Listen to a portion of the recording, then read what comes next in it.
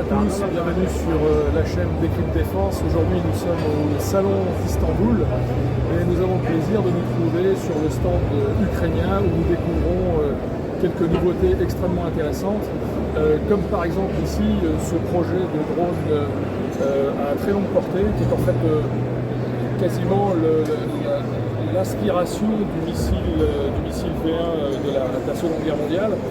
C'est un engin qui porte à presque 500 km, il transporte une charge explosive de 80 kg et il vole très vite puisque sa vitesse de pointe peut atteindre 600 km/h.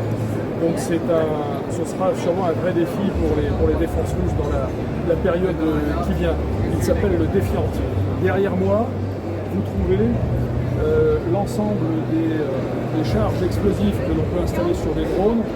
Alors, ça va de la grenade ou de l'obus de mortier relativement classique de fragmentation jusqu'à ici des charges beaucoup plus sophistiquées qui sont en fait composées de fragments métalliques. Vous voyez le revêtement qui est ici, qui découpe des petits carreaux d'explosifs, des petits carreaux d'acier qui sont projetés par la masse d'explosifs qui se trouve dans le cylindre.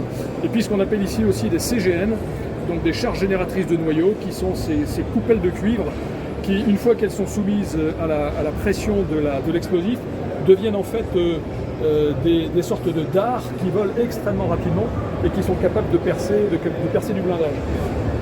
Et donc sur ce stand ukrainien, nous avons un échantillon tout à fait représentatif de tout ce que des drones de combat ou des drones kamikazes, ou ce qu'on appelle en France des MTO, munitions téléopérées, sont capables de transporter à la fois pour casser des chars, pour attaquer de l'infanterie, pour attaquer des cibles moins blindées, pour attaquer de l'infanterie, etc., etc. Donc c'est extrêmement intéressant de se trouver aujourd'hui ici.